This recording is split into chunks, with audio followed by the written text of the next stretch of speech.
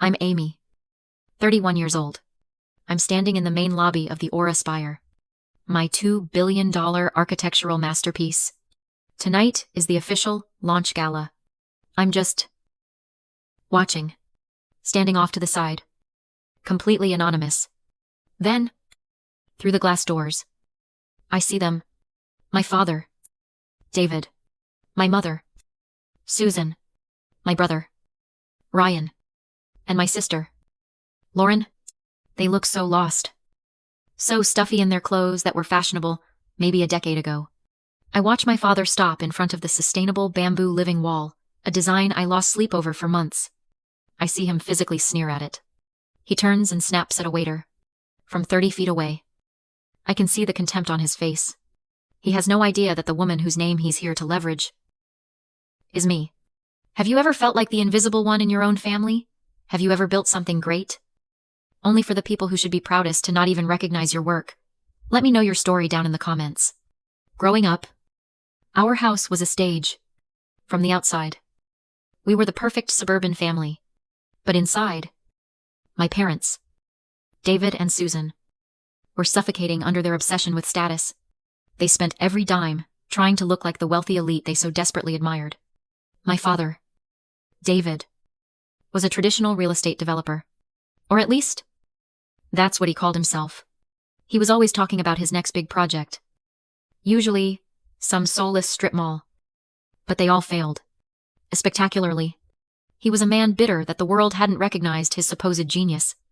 My brother, Ryan, was the golden boy. His grades were average. His ambition non-existent. But he was the son. That was enough. My sister, Lauren, was the show pony. She was raised with one goal: marry rich. Her entire life was a playbook written by my mother. And then there was me, the black sheep, the weird one. While other kids played with dolls, I built cities out of cardboard boxes. I'd spend hours designing, rearranging, figuring out how light could enter a space.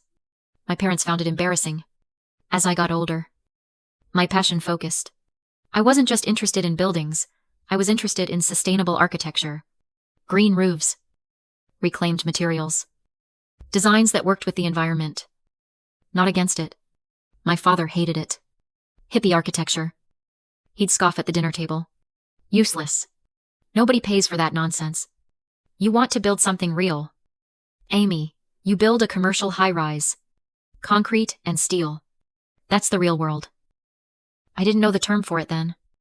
But my father was a walking talking case of the Dunning-Kruger effect. It's a cognitive bias, where people with low ability at a task overestimate their own ability. It was his total incompetence that gave him his loud, unshakable confidence. He would lecture us all about market trends and structural integrity, while, just down the street, his last half-finished project was being foreclosed on. He was blind to his own failures. Meanwhile, I was the one actually acing physics. The one reading blueprints for fun.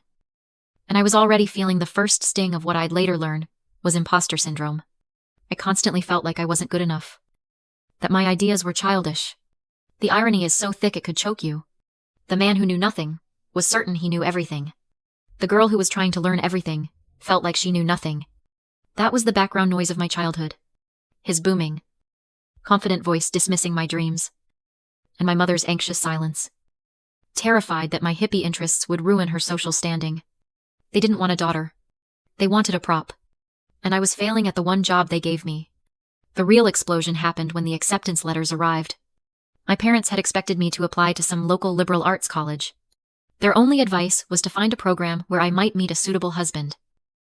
Instead, I had applied, in secret, to the top architecture programs in the country, and I got into Cornell.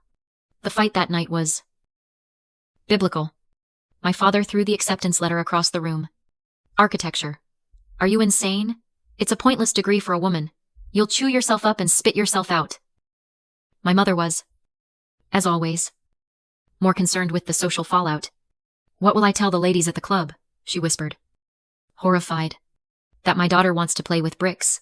That she's going to be some glorified construction worker. I'm going, I said. My voice, quiet but shaking.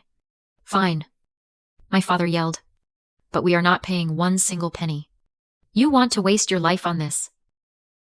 This hippie nonsense. You do it on your own. And they meant it. They paid Ryan's full tuition for his finance degree. They paid for Lauren's communications degree. For me, nothing. So, I went. I took out loans. I worked 2, sometimes 3 jobs while maintaining a 4.0 GPA. I was a waitress. A library assistant. I cleaned dorms. I lived on instant noodles and gas station coffee. I barely slept. I called home every Sunday for the first semester. My mother would answer, give me a brief, cold update, and then pass the phone. Ryan rarely took it. Lauren would talk for a few minutes about her sorority parties. My father would get on last. His only question was always the same. Have you come to your senses yet? When I told him I was at the top of my class, he'd just grunt and hang up. By sophomore year, the calls dwindled to major holidays. By junior year, they stopped returning my calls altogether. Then came graduation day. I had graduated summa cum laude. I had job offers from 3 major firms. The commencement speaker was talking about the importance of family, of having a support system. I just sat there, alone in a sea of families. I watched other graduates taking pictures with their parents, getting flowers, getting hugs. I remember feeling this hollow, aching void in my chest, this profound sense of invisibility. I had achieved everything they said. I couldn't. And the people who were supposed to be the proudest, they weren't even there. I stood alone in my cap and gown, fighting back tears. And that was the moment. It was the most painful and most important day of my life.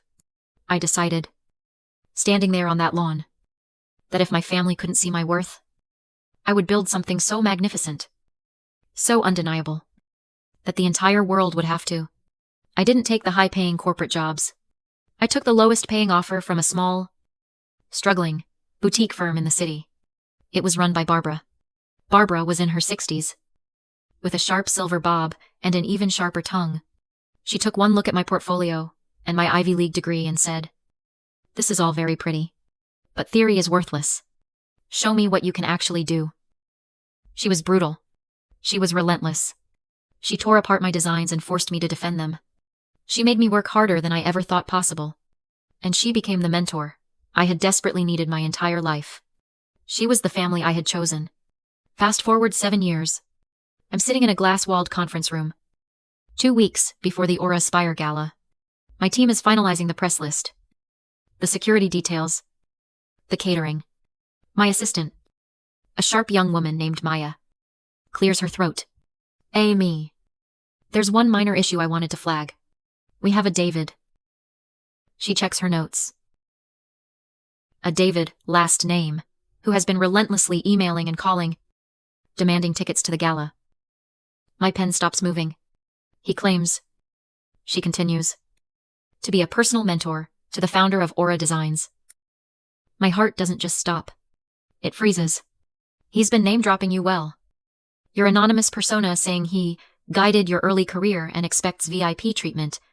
He's a lot. I keep my face perfectly neutral. Send me the email chain. Maya. I'll handle it. The moment she leaves, I open the file, and there it is. The arrogance. The entitlement.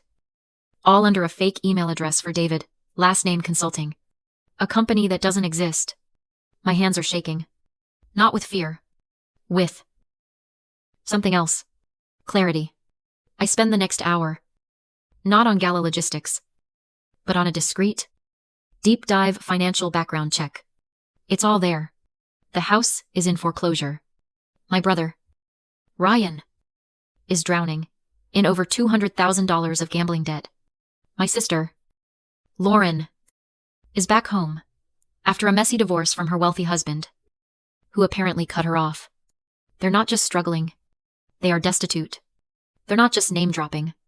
They are grasping at straws, trying to use a name they don't even know is mine, to get into a party, to network, to find their next lifeline. I could have clicked delete. I could have had security block his email. Instead, I walk over to Maya's desk. About that David last name. Approve him.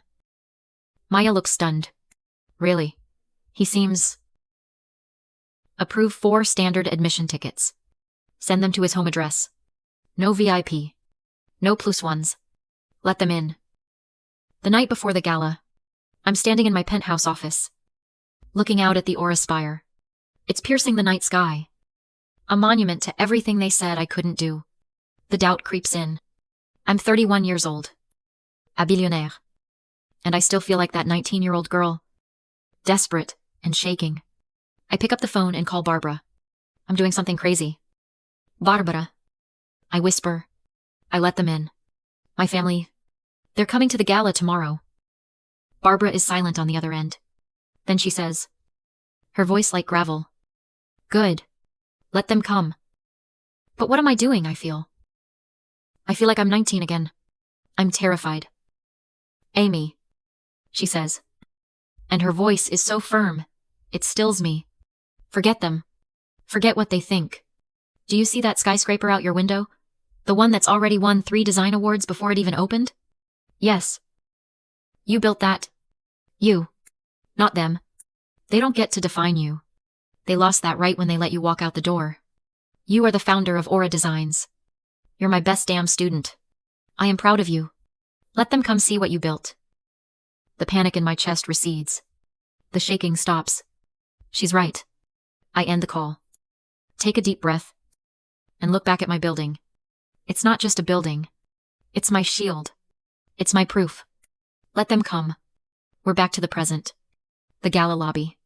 I'm watching them from a distance. Standing near one of my own installations. They're not mingling. They've made a beeline for the VIP check-in. A table they absolutely do not have access to. I can hear my father's voice. Even from here. It's that familiar. Booming tone he uses when he's about to lose his temper. I move closer. Stepping behind a marble pillar. Close enough to hear every word. A young woman, one of my best event staffers, is trying to handle them. Sir, I have your 4 standard admission tickets, she says. Her voice polite, but firm. The VIP lounge is reserved for our honorees and major investors. There must be a mistake. My mother, Susan, cuts in, her voice dripping with fake sweetness. We are personal friends of the founder. My father scoffs, puffing out his chest in that ill-fitting suit. Friends, we're practically family. I've been advising her on this project for years. The staffer blinks, confused. Sir, the founder is notoriously private. I'm not aware of any. Look, my father says, leaning in. Let's be honest. She and I are old colleagues. I taught her pretty much everything she knows. She's got talent. Sure. But some of these designs... He gestures vaguely at the lobby. A bit flashy. All substance. No, real foundation. But she's learning. Now. Just check the list again for David, last name. That was it. That was the moment. The sheer, breathtaking audacity. The lie. All substance. No, real foundation. He was describing himself. I step out from behind the pillar and walk slowly toward them. Is there a problem here? Casey, I ask the staffer. My voice calm. My father turns, irritated at the interruption. This doesn't concern you. Miss, we're just handling a private matter with management. I smile. Actually, as the host of this gala, every matter concerns me. Perhaps I can help. Unless you can get us into the VIP lounge. I doubt it, he says dismissively, not even really looking at me. Is that so, I ask? I look past him. At my mother. My mother is staring at me. Her face is pale. The recognition is dawning. Slow and horrified. She's seen the subtle changes. The hair. The clothes. The confidence. But the eyes. The eyes are the same. Wait. My mother whispers, her hand flying to her throat. David. Wait. Amy. My father freezes. He turns back. His eyes narrowing. He really looks at me for the first time. Not as an inconvenient staffer, but as Me. He can't speak. The color drains from his face. My brother Ryan looks like he's seen a ghost. I look directly into my father's eyes. Look closer. Dad. I say. My voice perfectly level. 7 years is a long time. But surely. You recognize your own daughter? I gesture to the soaring, 50-foot ceiling above us. To the building that bears my soul. Welcome to my building. An hour later, I was on stage. The air in that grand hall was electric.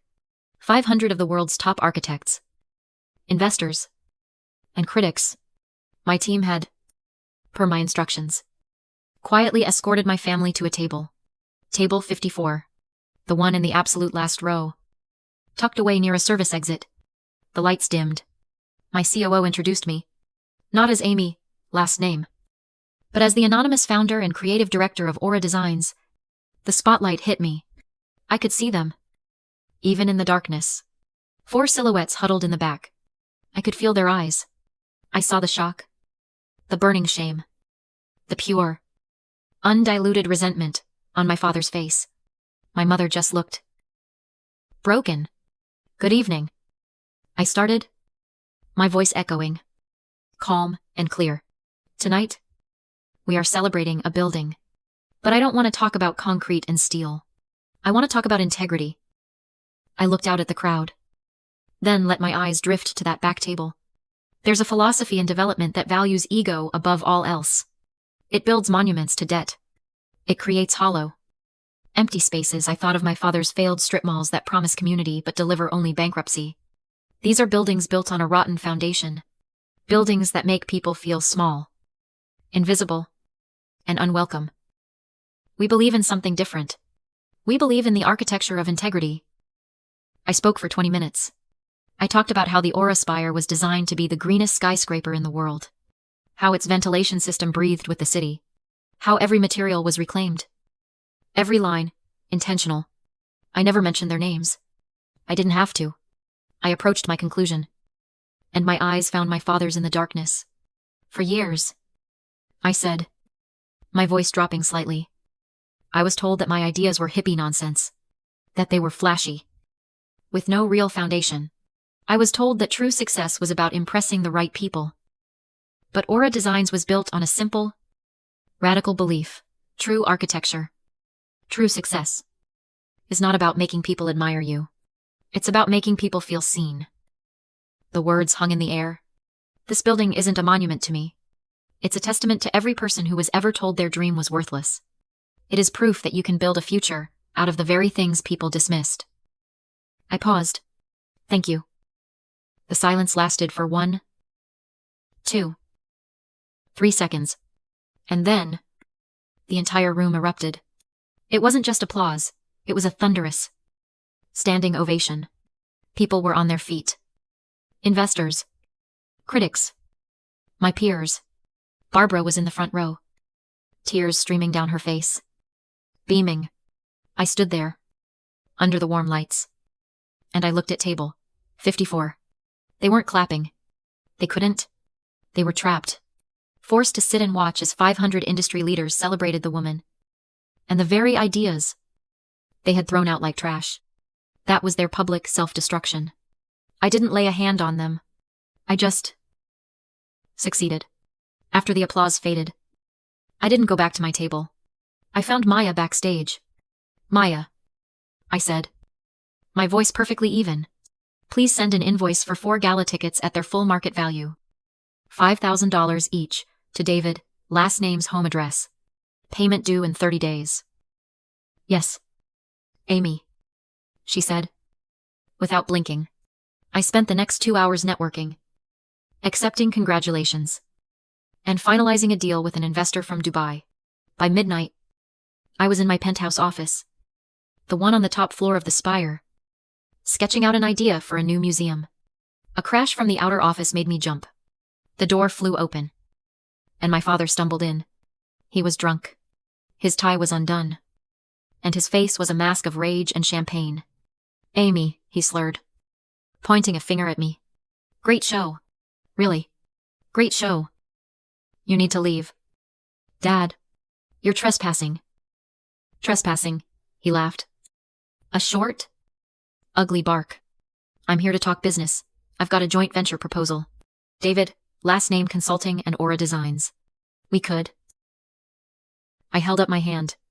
And for the first time in my life, he actually stopped talking. Stop, I said. The word was cold. Just stop. There is no David last name Consulting. There is no joint venture. There is only a man who is trespassing in my office. Drunk. His face contorted. After all, We are done with the lies, I said, standing up. We are done with the performance. You will be here. In the restaurant, on the ground floor. At 7 a.m. Tomorrow. You, Mom, Ryan, and Lauren. If you are 1 minute late, I will have you all permanently barred from this property. Do you understand me? He just stared, the alcoholic bravado draining away, leaving only the pathetic, defeated man underneath. Do you understand me? He gave a jerky nod. Now, get out. At 7 a.m. Sharp? I was sitting in a private dining room. They were already there. All 4 of them. They looked tired, broken, and sober. My mother was the first to speak. Amy, she whispered, her eyes red. We've lost everything. The house. We're desperate, Ryan mumbled, staring at the table.